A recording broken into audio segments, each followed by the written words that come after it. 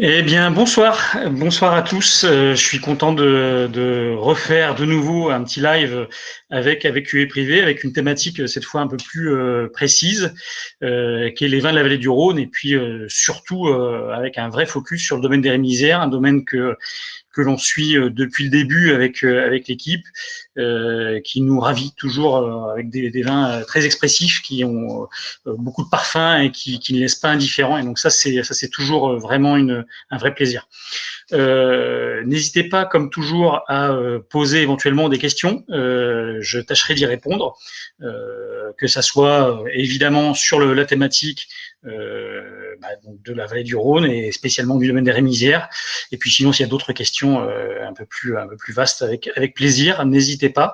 C'est toujours un plaisir pour moi de pouvoir y répondre directement et en live, en espérant pouvoir pourquoi pas plus tard faire des dégustations comme il y a quelques mois maintenant, avant cette période où nous sommes plus ou moins confinés. Donc un petit focus quand même pour la vallée du Rhône. Donc c'est quand même une très grande région viticole qui est séparée, je dirais, il y a deux grandes appellations, enfin pas appellations, mais deux grands territoires, deux grands terroirs. C'est tout simplement en fait le Rhône septentrional, le Rhône nord, hein, comme on peut le dire, ou le Rhône sud, la vallée du Rhône méridionale. Et donc là, on se concentre vraiment sur le Rhône septentrional et spécifiquement, je dirais, à la fois sur pourquoi pas des vins de l'appellation Cros-Hermitage et Hermitage, ça c'est ce qu'on va goûter ce soir, avec également une petite dégustation du côté de Cornas, qui est une région, une appellation que j'aime beaucoup. Mais pour situer un petit peu, voilà, donc c'est quand même une région qui est quand même très étirée, où on a plusieurs variétés de cépages, plusieurs appellations, qui donnent quand même des vins toujours assez charmeurs, évidemment beaucoup de fruits, et spécialement c'est quand même une des signatures domaine des Rémisières, où il y a toujours ce côté très flatteur, très parfumé, ce qui donne immédiatement, je dirais finalement, le sourire dès qu'on plonge le nez dedans. C'est vraiment un marqueur, et ça, pour ça, je trouve que la famille Desmer fait un travail vraiment remarquable sur des cuvées qui sont maintenant très connus, hein. Hermitage évidemment, mais on n'oublie pas évidemment les Saint-Joseph et Cros-Hermitage, qui font partie des très très belles cuvées du domaine. Alors justement, donc là, c'est vraiment un domaine qui est familial, qui s'est transmis de génération en génération. Donc là, on arrive avec la troisième génération. Les deux enfants donc, qui ont repris la suite, qui sont chacun ont des fortement diplômés et qui ont une belle connaissance, je dirais, de la science du vin, produit vraiment des vins avec de l'intérêt. Donc moi, ce que je vous propose, c'est que je vais commencer par les blancs. Pour commencer. Et donc, on débute avec, c'est des jeunes millésimes, hein, ça sera 2019 pour les cuvées de blanc, avec notamment donc ici la cuvée particulière du domaine des Rémisières, évidemment. Donc là, ici, c'est le Cros-Hermitage blanc par excellence. C'est-à-dire qu'on a toujours une cuvée qui est assez franche. On a un caractère avec pas mal de texture aussi en bouche, et des vins qui ont un caractère un petit peu appétant. Donc ça, c'est vraiment le vin. C'est 2019, c'est jeune, mais on peut se faire plaisir tout de suite en le dégustant. Dès maintenant, ce qu'on va faire d'ailleurs. Donc là, la robe déjà, c'est typique, hein, de la vallée du Rhône, parce que là, on est sur des cépages qui sont donc là la Marsanne et également un petit peu de Roussanne. Là ici, c'est une pure Marsanne à 100%. On verra tout à l'heure avec l'autre cuvée où il y a un petit peu plus il y a la jonction de Roussanne. Ici, on est sur un vin qui a des arômes déjà un peu de fruits du verger, c'est assez mûr. On est sur un vin qui reste énergique, mais quand même avec de l'épaule. C'est pas le vin, je dirais, qu'il faut avoir pour sur un plateau de fruits de mer. Ça c'est une erreur. Par contre, si vous avez un poisson avec une sauce crémée, là, on peut y aller. Une poularde de Bresse ou une poularde d'une autre origine, avec quelques champignons en cette saison, ça peut bien fonctionner. Et ça sera d'autant plus vrai ensuite avec l'autre cuvée. Donc là, on a vraiment ce caractère effectivement assez mûr, la poire un peu juteuse. Ça, c'est typique, je dirais, de ce cépage-là, qui donne des vins à la fois avec pas mal de chair tout de suite au nez et une vraie belle aromatique. C'est net, on n'a pas du tout bien qu'il y ait un tout petit peu d'élevage sur cette cuvée, parce que c'est 8 mois à peu près, et c'est assez court, avec des grosses barriques qui s'appellent des demi-muits ou des foudres, ça donne vraiment des vins qui sont assez gourmands. On ne va pas chercher trop la complexité ou le caractère boisé. On a vraiment la générosité, la rondeur du fruit.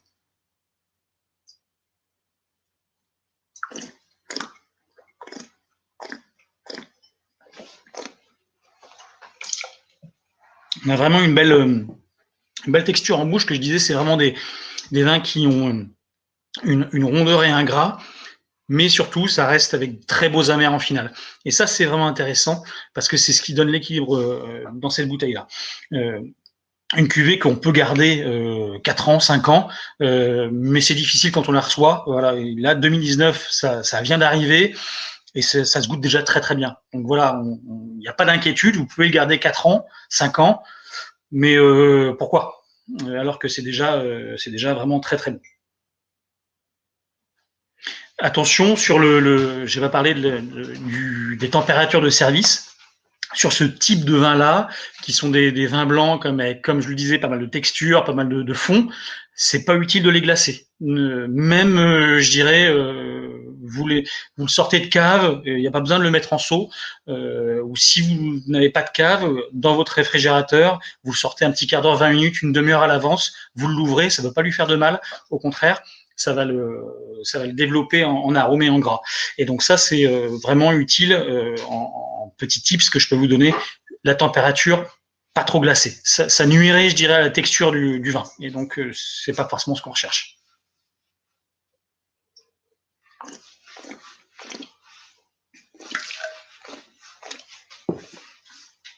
Ensuite, si vous voulez bien, je vous propose de passer sur une autre cuvée qui est la belle signature du domaine, en Crozes Hermitage Blanc. C'est la cuvée Christophe, hein, le nom du fils. Où là, ici, il y a une petite subtilité. On n'est plus en monocépage, donc plus 100% Marsanne, mais il y a une adjonction légère de 15% de Roussanne. Et donc, la Roussanne qui donne des vins tout de suite avec beaucoup plus de structure. Alors, et vous remarquerez, hein, quand même, j'ai pas goûté les vins, je les goûte vraiment en même temps que vous, hein, ou en tout cas, c'est du live, vraiment. Ces 15% de Roussanne vont apporter tout de suite un peu plus de fond. On a aussi une sélection de vignes un petit peu plus vieille et surtout un élevage qui va être différent. On va tout de suite sur un contenant un peu plus étroit, la barrique, hein, qui est moins grosse qu'un demi-muit ou qu'un foudre, évidemment, et surtout avec un peu de barrique neuve, qui va donner forcément un vin avec tout de suite beaucoup plus d'ossature, plus de puissance aussi, plus de complexité. Et donc ça, c'est ce qui peut être intéressant. Fait partie, pour moi, des vins qui peuvent être à concurrencer, par exemple, avec une gamme de prix peut-être évidemment un peu moins forte, les grands vins de la vallée du Rhône, que sont les Hermitages, ou pourquoi pas même en allant un petit peu plus vers le sud, du côté de Châteauneuf-du-Pape. On sera quand même ici sur un style un petit peu plus frais. Alors là, typiquement sur cette cuvée, on sent évidemment l'élevage, puisqu'il y a 30% de barriques neuves, mais surtout, c'est un vin qu'il faut garder un petit peu davantage. Autant sur la cuvée particulière, on reçoit le carton, on en ouvre une, cuvée Christophe 2019, on met un peu de côté, on met un ou deux cartons au-dessus sur la pile pour éviter d'y toucher, parce que ça va demander un petit peu, il faut que le bois se fonde, et pour ça, il n'y a pas 36 solutions, il faut être patient. Donc ça, c'est extrêmement important, la patience. Le nez est là aussi, je dirais, comme vous le disiez tout à l'heure, on a le caractère boisé, mais on a aussi ce côté un petit peu fruit du verger, la poire bien confite, les fruits jaunes qui sont là, des notes un petit peu de beurre frais, ça c'est normal, ça fait partie un petit peu, je dirais, des notes primaires d'élevage. Donc c'est évidemment le type de vin blanc de repas, hein, vraiment, et donc là, il ne faut pas hésiter à se faire plaisir sur vraiment des, comme je le disais tout à l'heure, une viande blanche avec une sauce crémée, ça fonctionnera à merveille. Quelques beaux fromages aussi, pourquoi pas. Et dans ce cas-là, si on opte pour un fromage, n'hésitez pas finalement à le servir là aussi à une température à 12 degrés, quoi. C'est pas la peine de le servir à 5 avec un seau rempli de glaçons. C'est vraiment dommage parce que ça va le casser. À l'inverse, il ne faut pas non plus le servir trop haut, puisque sinon l'alcool va ressortir, et ça on en parlera tout à l'heure avec les rouges, et la température va être un levier important pour vous permettre de déguster dans les bonnes conditions.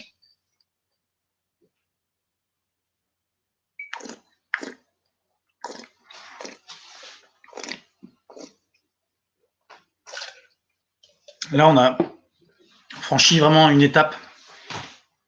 C'est même assez marquant sur la bouche, où là, il y a vraiment une très très belle texture, avec vraiment un caractère qui enrobe vraiment le palais. Là, l'élevage, il a sa patte, mais surtout, évidemment, on n'oublie pas la roussanne, et puis l'âge des vignes aussi, qui est un petit peu plus ancien. Donc là, ça, c'est vraiment, je dirais, un des marqueurs qui est assez important sur cette cuvée, où on a à la fois ce volume qui est assez, en même temps, un petit peu saisissant, finalement. Une bouteille que on peut s'amuser, je dirais, à faire découvrir à l'aveugle, pourquoi pas, à sa famille, à ses amis. Et ça fait partie des choses qui sont intéressantes à goûter, parce que Gros Hermitage a un peu l'étiquette de l'appellation sympathique, mais pas forcément haut de gamme et très riche. Alors qu'en fait, il peut y avoir des très très belles bouteilles. C'est une appellation qui est quand même très vaste. On trouve de tout, du très bon, du moyen, du pas bon. Mais je peux vous assurer que vraiment, ça, c'est le genre de cuvée, on peut la upgrader et la mettre sur un autre niveau, finalement, que cette appellation Gros Hermitage basique. Il n'y a pas d'échelle de cru, mais là, si on devait mettre une échelle de cru, on peut le classer, le positionner largement au premier cru sans aucun souci. Le Gros Hermitage cuvée particulière serait, par exemple, le Gros Hermitage Village, et ça serait un très très beau Gros Hermitage Village.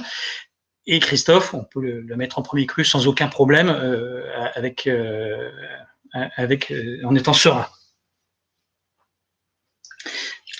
Si je le redis, puisque je vois le compteur monter de nouveau en termes de personnes présentes, donc je les salue, ceux qui prennent la dégustation en route, n'hésitez pas à poser des questions. Je suis là pour y répondre avec le plus grand des plaisirs, vraiment.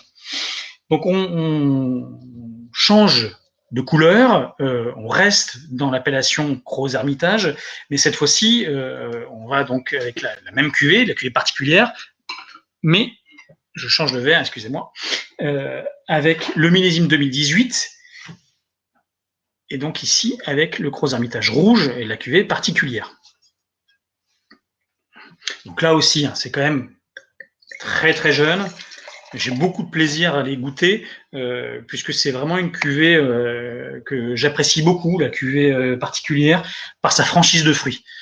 Ça, c'est vraiment de toute manière une signature de la famille Esmer, et de Gros Hermitage aussi en général, et de la vallée du Rhône, mais elle est vraiment exacerbée par le domaine des Rémisières, où tout de suite on a une expression qui est remarquable. Il y a du fruit, la gourmandise et du plaisir. Et c'est après tout ce qu'on recherche, à mon sens, dans le vin. Donc là, ici, il y a un seul cépage, c'est facile, c'est de la Syrah, un cépage qui fait aimer le vin, à mon sens, toujours assez aromatique, les notes classiques de fruits noirs, mais surtout aussi ces notes un petit peu de poivre que l'on peut avoir, le côté un petit peu épicé. Et ça, c'est quelque chose qui est toujours assez marquant, et qui permet, je dirais, pour des néophytes, de pouvoir mettre des mots sur des sensations. Donc là, ici, on est dans le penchant de tout à l'heure, pour la cuvée particulière, toujours. C'est la cuvée, je dirais, classique.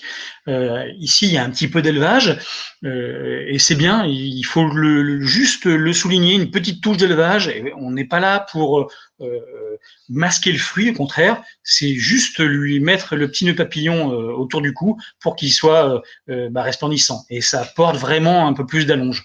L'appellation Gros Hermitage en rouge a vraiment une réussite incroyable, mais surtout, encore une fois, je sais, je me répète, je suis désolé, mais il y a une expression de fruits avec ce domaine qui est assez incroyable.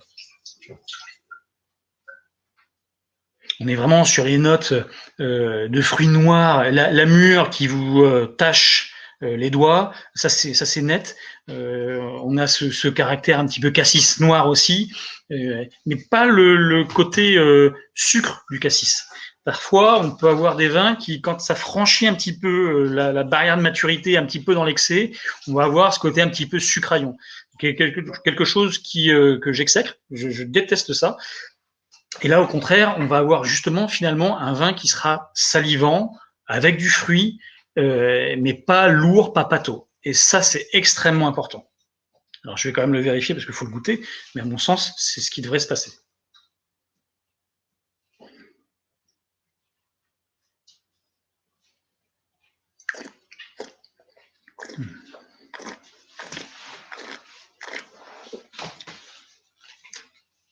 On a tout à fait, je dirais, cette attaque de fruits qui est là, qui est assez saisissante. C'est expressif. On va pas aller jusqu'à explosif, mais c'est très expressif. Et il y a une gourmandise qui est là, qui fait que, en fait, quand vous ouvrez une bouteille de Gros Hermitage cuvée particulière, le souci, ça sera pas forcément de finir la bouteille, mais de savoir si vous avez une deuxième bouteille au cas où, quand il y a des invités qui sont là, et il faudra certainement une deuxième bouteille, parce qu'il y a une telle franchise de fruits que on peut vraiment se faire plaisir tant à la fois presque en guise d'apéritif pour des personnes qui aiment, je dirais, le vin rouge tout de suite, et puis évidemment, sur une viande grillée, simplement une viande rouge grillée, avec quelques légumes, et on a tout de suite, ça va relever le niveau du plat. Alors je vois que il y a quelques questions qui arrivent, donc je suis très content. Donc j'ai Monsieur Eric qui me demande ce que c'est que l'élevage. Alors en fait, quand le vigneron va couper ses raisins, il va faire la vinification, donc c'est-à-dire presser les raisins de manière, et donc la fermentation alcoolique va se faire. Et puis une fois que les levures ont mangé le sucre du raisin et qu'ils l'ont transformé en alcool, que la vinification est faite, on passe à l'étape qui s'appelle donc l'élevage. Et donc soit on met le vin directement en bouteille, et ça s'appelle un peu du vin nouveau, soit sinon donc on va le faire travailler, l'élever finalement, et ça c'est au bon vouloir du vigneron, et ça c'est là toute la recette, je dirais, comme un cuisinier. Et il va décider si sa parcelle de vigne, c'est une sélection de jeunes vignes qui a 10 ans, donc ça sert à rien de la mettre dans des fûts neufs, parce que c'est des jeunes vignes qui explosent de fruits, et là on va essayer d'emprisonner le fruit tout de suite et le mettre sous verre, ou au contraire, c'est une vieille vigne, c'est un coteau, il y a du travail qui est fait, et il faut domestiquer un petit peu toute cette puissance avec effectivement cet élevage.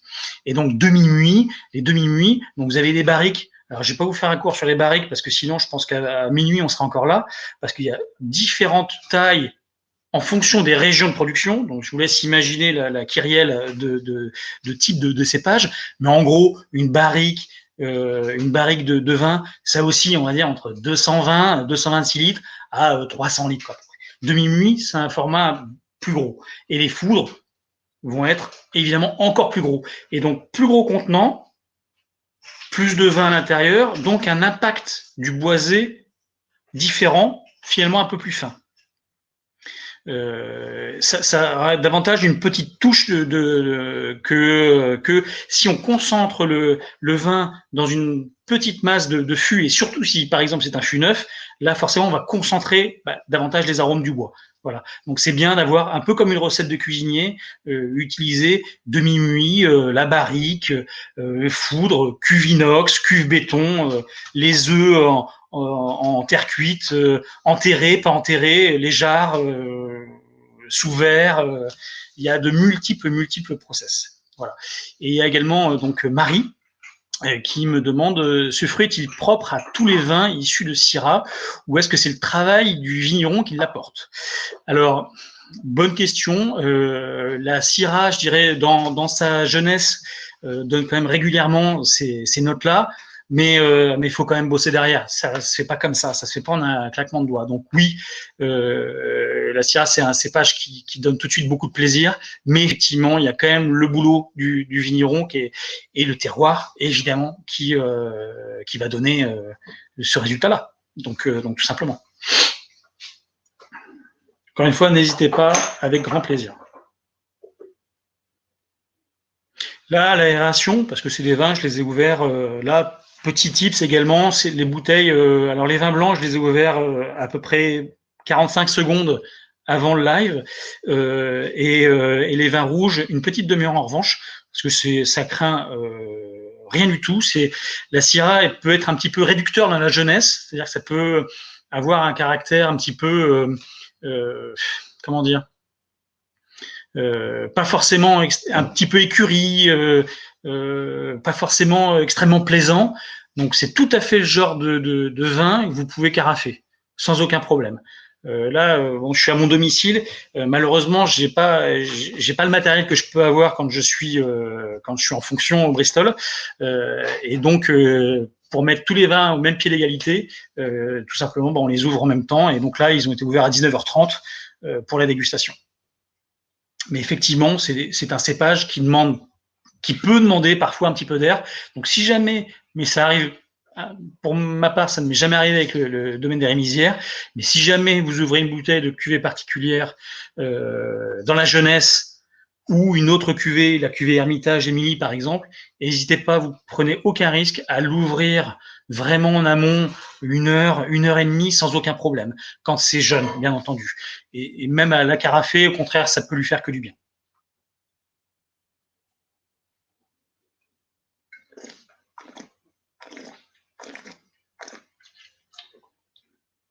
Je regoute de nouveau de la cuvée particulière parce que c'est vraiment une cuvée qui est extrêmement plaisante. On a toujours vraiment ce que l'on aime dans ces vins de la vallée du Rhône, c'est la franchise du fruit.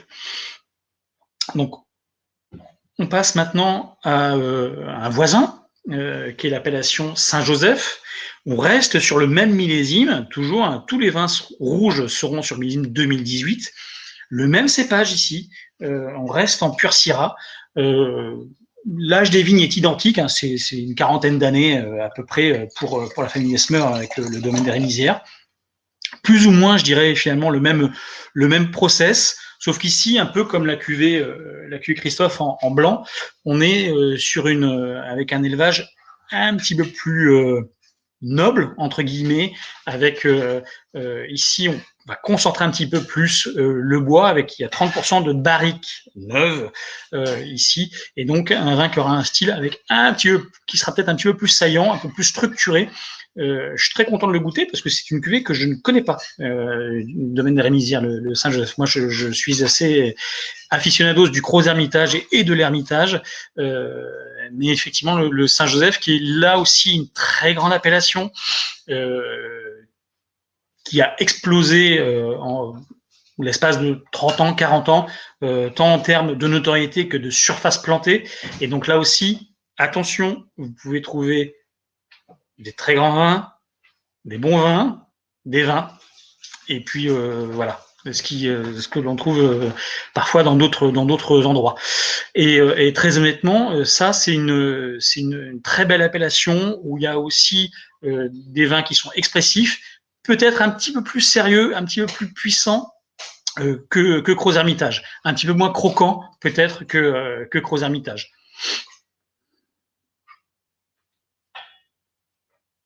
Là, ici, on a peut-être un petit peu plus de fruits, un petit peu plus macérés. C'est un petit peu plus riche, presque un petit peu chocolat. C'est en tout cas un petit peu poudre de cacao. En tout cas, c'est pas dénué d'intérêt.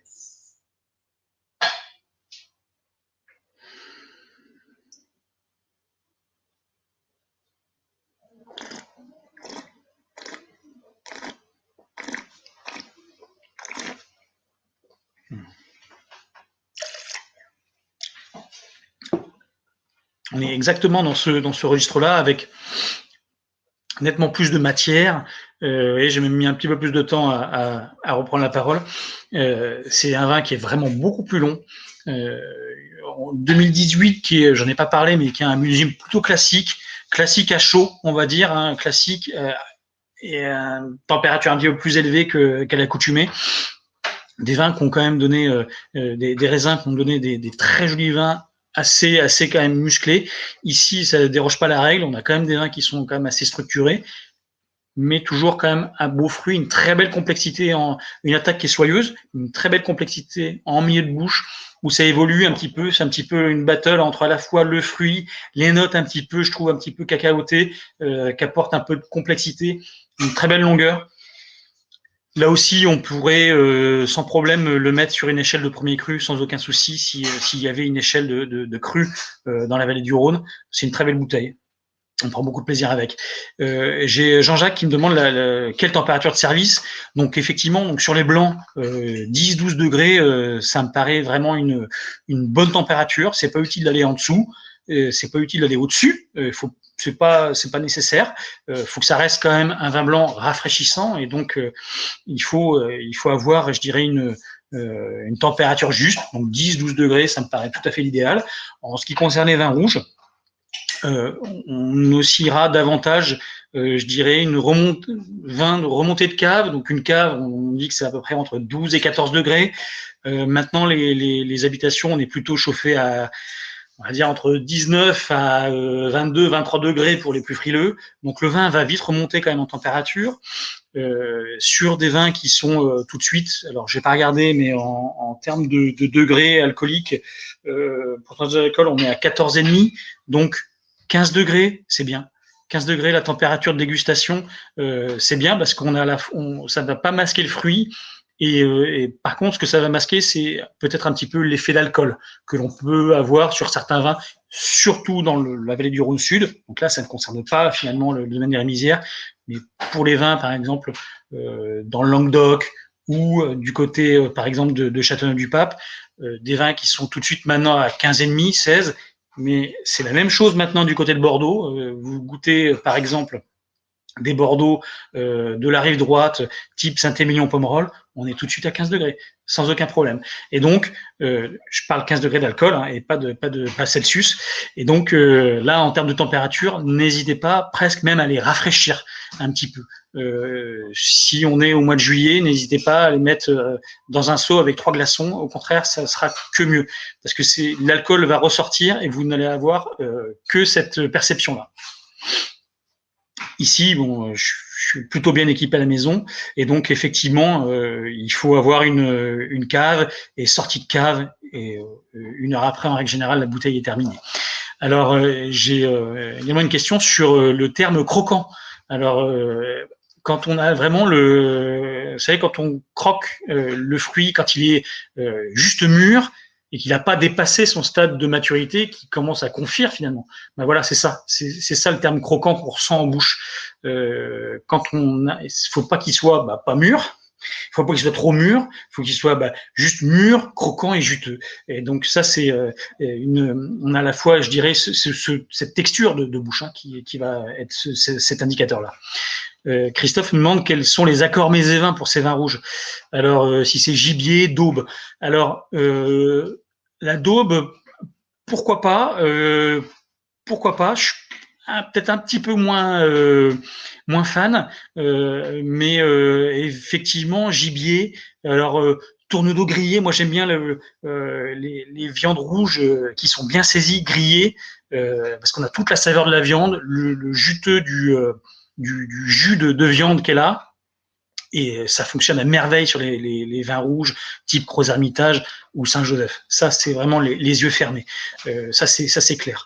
On a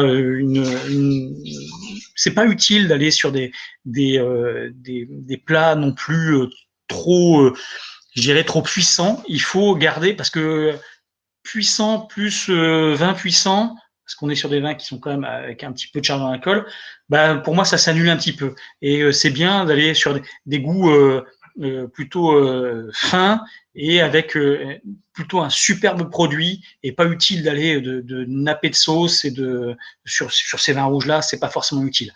Mais vraiment, pour le coup, oui, une belle pièce de boucher, je disais tour de dos, mais une belle pièce de boucher, un très bel onglet, et on sait, enfin, vous pouvez qu'avoir du plaisir, quoi, tout simplement.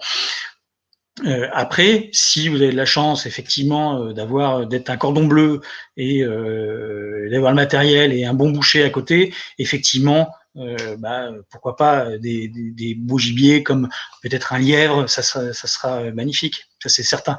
Après, éviter les volailles sur les vins rouges comme ça. C'est pas et puis surtout une volaille pas trop sèche, hein, pas trop cuite, mais c'est davantage avec les blancs qu'il faudra les déguster. Alors ça peut parfois être un non-sens dans certaines familles où il y a certaines religions qui vont appeler le poulet rôti avec le vin rouge, mais je peux vous assurer que oubliez le poulet rôti et faites-le simplement en cocotte avec une belle sauce, quelques morilles ou des cèpes, il y en a eu pléthore cette année et vous ferez évidemment plaisir.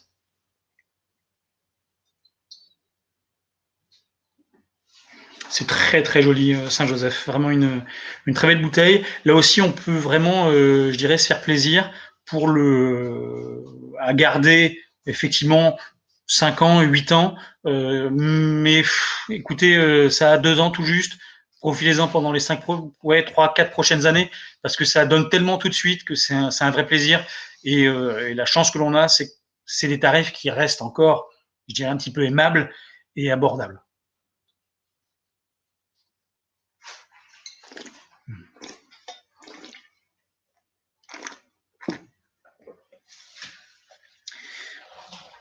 Je vous ai pas parlé des textures de bouche au niveau des tanins, mais c'est incroyable parce que c'est des vins qui sont jeunes. Hein, 2018, c'est vraiment vraiment des bébés. Les tanins sont très fins. On pourrait avoir des tanins un petit peu grossiers et on pourrait presque le pardonner. Au contraire, là, ça reste assez fin. On n'a pas du tout ce caractère trop tannique qui serre un petit peu en bouche, qui va serrer un petit peu sur les gencives ici. Au contraire, on a ce caractère très aromatique et il y a un fruit, encore une fois, qui est juste incroyable. Ça va peut-être changer ceci, puisqu'on change d'appellation, et c'est une appellation qui est plutôt sérieuse, qui est l'appellation Cornas. Donc là, encore une fois, hein, on est en 2018 pour cette dégustation, et donc Cornas, c'est une appellation finalement que le domaine des Rémisières travaille depuis peu. C'est leur, de mémoire, je crois que c'est leur 8e millésime. Ils ont démarré en 2010 ou 2011. Je vous laisserai vérifier, regarder, mais il me semble que c'est juste après 2010. Ils ont acquis une parcelle à Cornas. Quand on aime les vins de la vallée du Rhône, on se doit avoir effectivement des vins de Côte-Rôtie, de Crozes-Hermitage, c'est une évidence, de Saint-Joseph aussi, de la colline de l'Hermitage, mais aussi de Cornas. Et Cornas, c'est vraiment une appellation qui est connue des amateurs, qui a une notoriété plutôt. Il n'y a pas grand monde qui connaît, finalement. Tout le monde connaît Saint-Joseph, tout le monde connaît Crozes-Hermitage. C'est un petit peu comme dans les années 90 où on connaissait les Saint-Nicolas de Bourgueil et Semur-Champigny. Mais Cornas, il n'y a pas forcément, il y a un peu moins de monde qui connaît. Alors, c'est très simple. Hein. Déjà, l'appellation est quand même beaucoup plus petite. Donc, il y a moins de vins sur le marché. Donc, ça s'explique déjà de manière très, très simple. Et puis, surtout, ça a été, c'est toujours le cas d'ailleurs, c'est des vins quand même avec du fond, beaucoup de structure, tannique, là pour le coup, des vins qui sont beaucoup plus serrés, qui demandent vraiment de la patience. Hein. Ça c'est l'évidence même. On ne peut pas avoir on peut pas être impatient quand on achète du Cornas. Il faut de la patience, ça c'est certain. Et ici, la famille Desmer qui a pu acquérir une parcelle de Cornas sur un lieu-dit qui est, là c'est Grand Cru à Cornas, c'est les Reynards, et ça c'est vraiment un magnifique terroir.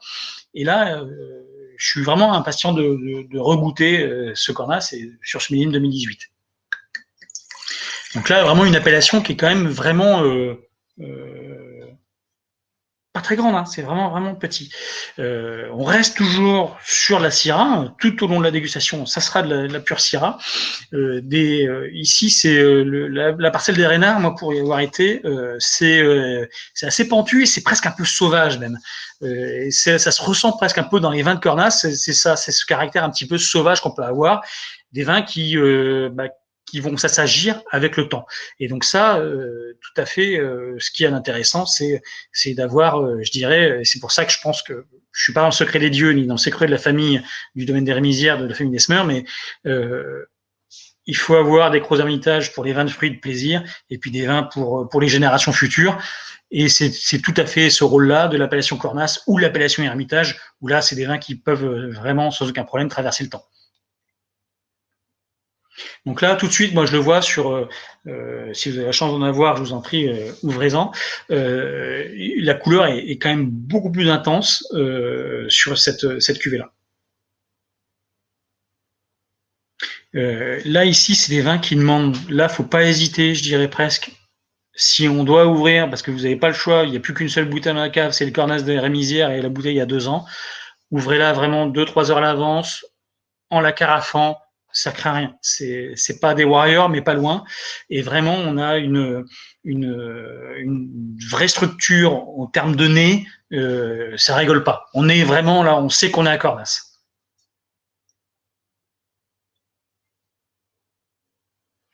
On a quand même toujours cette touche de fruits noirs, c'est ce caractère un petit peu graphique, presque un peu mine de crayon que l'on peut avoir, et ça c'est le signe des grands terroirs.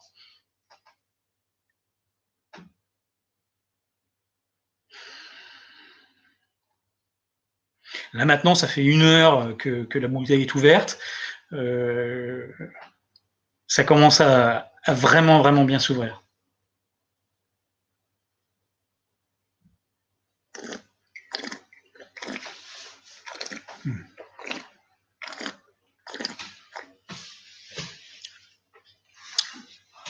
Beaucoup de plaisir, malgré que ce soit très jeune. J'ai la chance de parcourir pas mal de vignobles en France, un petit peu à l'étranger, mais pas mal de vignobles en France. C'est une signature, ça, quand on goûte un grand vin, ça doit être bon tout de suite, dès la vendange presque, quand on goûte sur le barrique, et un grand vin, c'est bon tout le temps, 2 ans, 5 ans, 10 ans, 20 ans après. Là, c'est assez sympa parce qu'on a un vin qui est quand même un petit peu serré au nez, on le sent et on l'excuse. C'est clair, c'est une appellation qui demande du temps, mais la bouche elle est déjà très aromatique. Il y a un beau fruit, il y a une gourmandise. On a quand même bien boutonné le col et c'est quand même bien serré parce qu'on a quand même de la structure et une attaque avec des tanins qui est assez dense, mais c'est normal. Et la densité est là, mais c'est pas du tout dérangeant. Et là, c'est vraiment une belle réussite, je trouve, de la part du domaine. Il y a donc cet élevage ici qui est en barrique avec half-half, 50% de barriques neuves et 50% de barriques qui ont déjà eu un vin avant. Donc les barriques ont perdu un petit peu, je dirais, ce caractère un petit peu saillant de la barrique et qui donne des tanins un petit peu plus anguleux. Et donc là, Domaine des Rémisières dit qu'il y a un potentiel de garde de 10 ans, sans aucun problème. Vous pouvez dormir tranquille. On peut en reparler en 2030, autour d'un Cornas 2018. Je suis vraiment loin d'être inquiet. Il n'y a vraiment aucun souci là-dessus. C'est des vins qui ont un caractère plaisir certain, mais il n'est pas forcément inné. Il faut aussi aller le chercher. C'est des vins quand même un peu plus d'amateurs, plus des vins d'hiver aussi que des vins d'été. Vous ferez, faites-vous l'expérience un jour, au mois de juillet par exemple, ou une température un peu haute, estivale, ouvrez une bouteille de Gros-Hermitage que vous remontez de la cave à 12 degrés et ouvrez une bouteille de Cornas à côté. Et je peux vous assurer que c'est net que la bouteille de Gros, il y a une buvabilité qui est là, un coefficient de buvabilité qui va être beaucoup plus élevé qu'à Cornas, mais c'est normal. Et c'est plus un vin, effectivement, un vin d'automne qui se mariera vraiment justement très bien. Là, pourquoi pas, sur un gibier, on peut mettre un peu le change et monter un petit peu en gamme en termes de puissance dans l'assiette. C'est une très très belle bouteille. Vraiment, je prends un peu de temps, je suis désolé, mais on va passer au dernier vin qui est le sommet de la gamme. C'est une appellation que j'aime beaucoup, qui est, à mon sens, une des plus belles appellations de France. si vous n'avez pas pu découvrir la colline de l'Ermitage, je vous invite vraiment, vraiment, vraiment dès qu'on pourra sortir un peu plus que 3 heures et 20 kilomètres, à y aller, parce que c'est une région qui est absolument fantastique à toutes les saisons. Moi, je l'ai faite à toutes les saisons et c'est vraiment, vraiment une magnifique région. Vous avez des vins qui sont tout simplement remarquables, des très grands rouges, des très grands blancs. Et puis surtout, c'est un paysage qui est absolument somptueux. Vous avez vraiment la colline de l'Ermitage qui se jette finalement un petit peu dans le Rhône, qui serpente autour. C'est vraiment absolument... Enfin, vous pouvez passer qu'un excellent week-end. Et puis surtout, c'est finalement très, très accessible. Puisque vous avez une gare TGV qui s'appelle la gare Valence TGV. De Paris, vous pouvez y être il me semble, 2 heures ou 3 heures. Je vous laisserai regarder, mais ça se fait vraiment très très facilement. Et vraiment, alors de Paris hein, évidemment, mais d'autres régions, il y a quand même un axe autoroutier qui est quand même vraiment extrêmement simple. Et on y est quand même très rapidement. Et c'est vraiment une région qui est juste incroyable. Il y a plein de bons restaurants, plein de belles adresses. Et donc vraiment, ça c'est vraiment à mon sens, une région où on peut pas ne pas y aller, quoi, tout simplement, quand on est amateur de vin.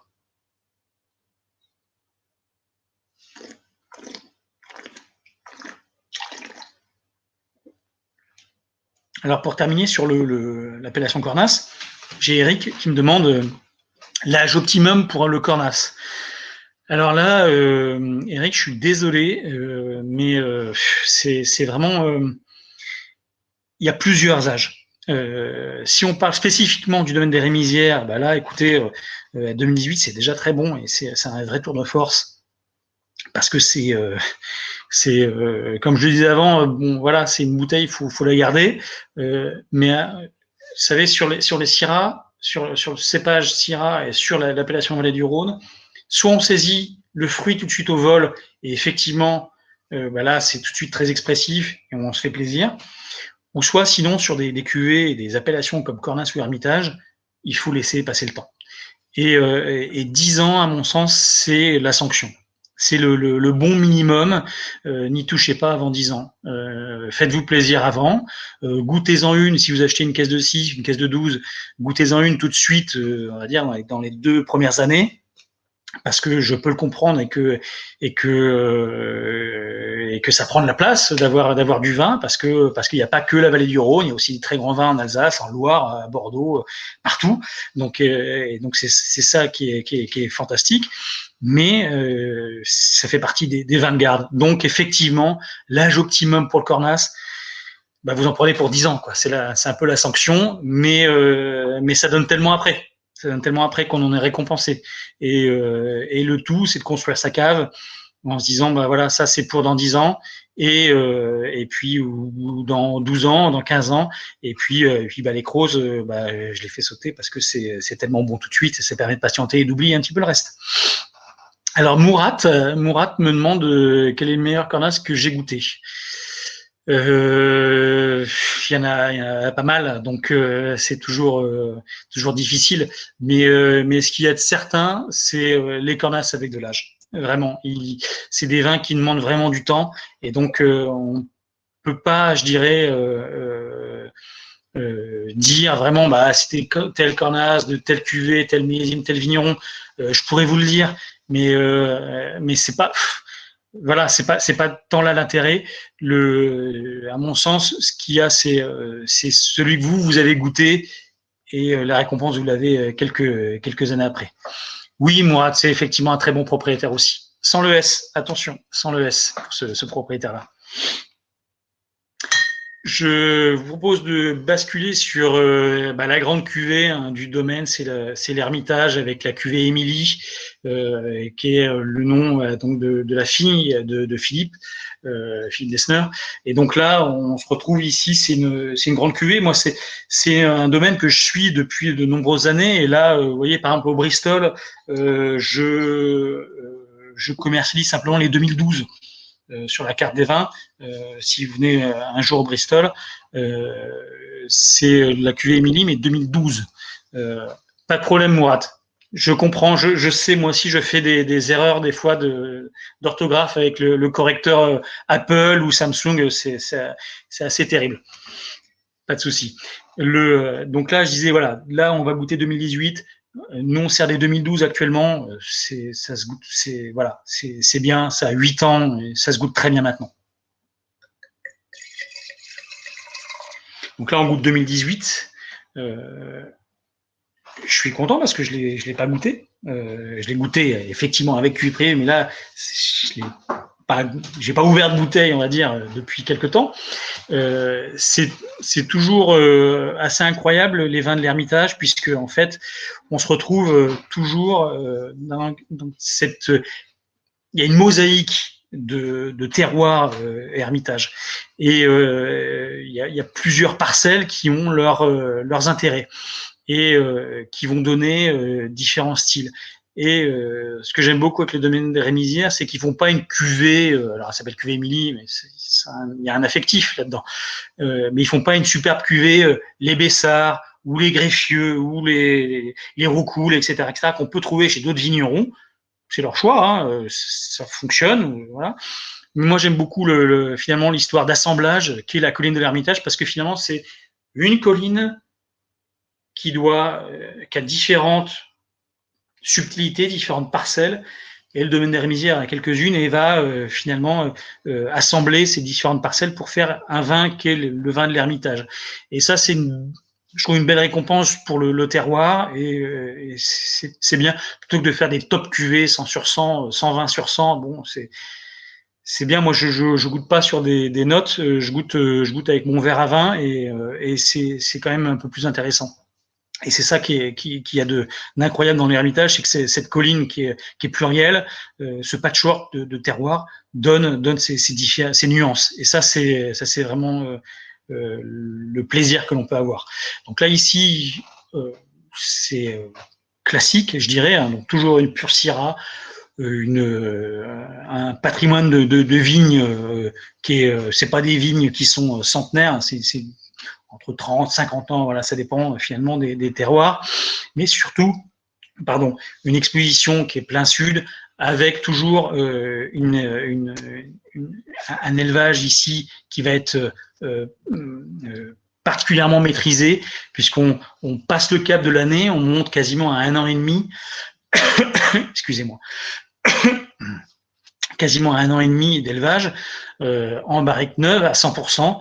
Donc là, un vin où la famille le bichonne et donc va vraiment chercher ce qui se fait de mieux pour élever le niveau et se mettre au niveau du terroir, presque, je dirais, qui est un grand terroir, la colline de l'Ermitage. Donc chanceux sont ceux qui ont pu acquérir quelques parcelles, quelques pieds de vigne avec cuvée privée. C'est vraiment une belle cuvée. C'est pas que c'est ultra confidentiel, ultra limité, mais voilà, il y a quand même un ticket d'entrée et c'est une appellation prestigieuse et réservée là effectivement pour des moments qui seront mémorables. C'est le grand vin, donc il faut vraiment dissocier le gros Hermitage de l'Ermitage. On n'est pas du tout sur les mêmes types de vins, et effectivement, ce sont des vins qui appellent le moment. Après, parfois, le vin peut être le moment aussi à lui, mais ça fait partie quand même des vins qu'il faut, je dirais, choyer et pas ouvrir n'importe quand. Le potentiel, effectivement, 15 à 20 ans pour un Hermitage, oui, sans aucun problème. Mais petite nuance, à mon sens, davantage prêt qu'un Cornas. Le Cornas, lui, a, je dirais, dans son ADN, un peu plus de structure, un peu plus de puissance tannique, vraiment un peu plus d'austérité presque que l'Hermitage. On le sent même d'ailleurs vraiment au nez, où on a un caractère assez flamboyant, c'est classe, et c'est moins, je dirais, massif ou masculin, même si j'aime pas trop ce terme, masculin, féminin, bon, je vous laisserai juge, mais c'est quand même plus soyeux et plus élégant, donc finalement peut-être un petit peu plus près qu'un Cornas.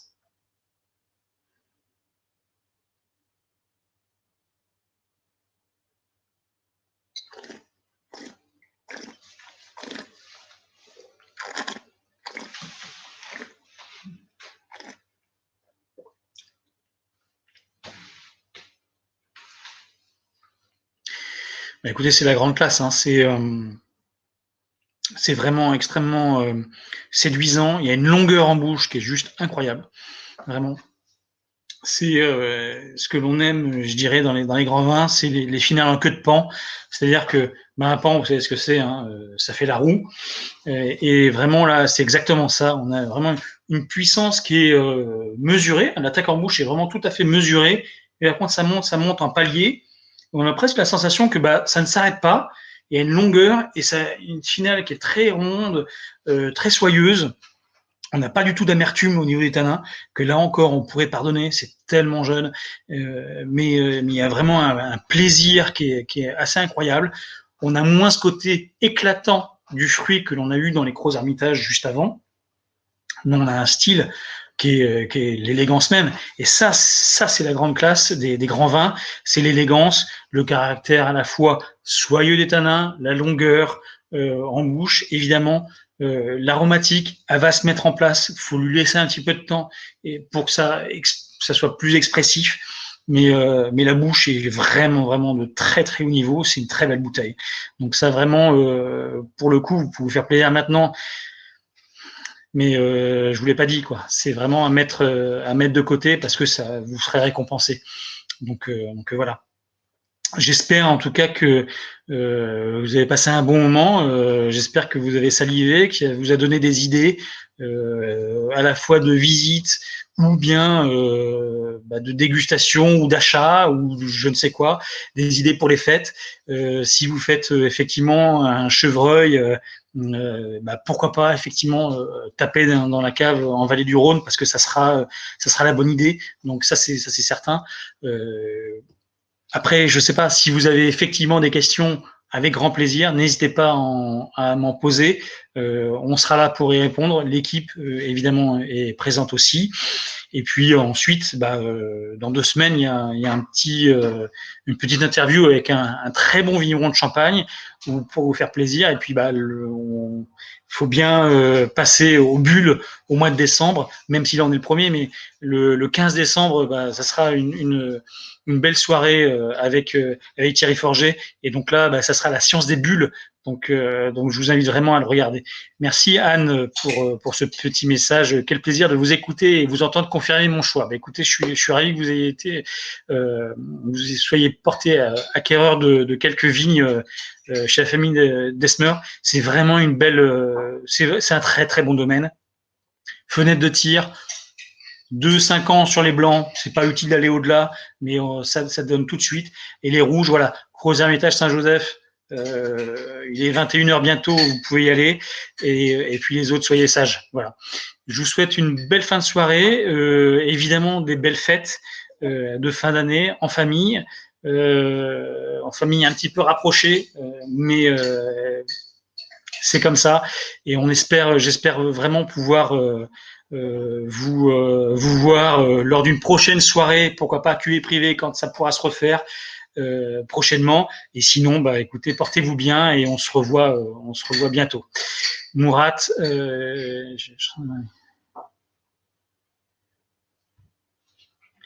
et alors non, la couleur ne change pas à chaque millésime. Moi, j'ai eu des millésimes un peu plus anciens. Effectivement, l'étiquette était un petit peu bleu lavande de mémoire, mais là maintenant, elle est de couleur un petit peu marron, rouge foncé, rouge brique, et c'est le cas depuis bien 10 ans. Voilà.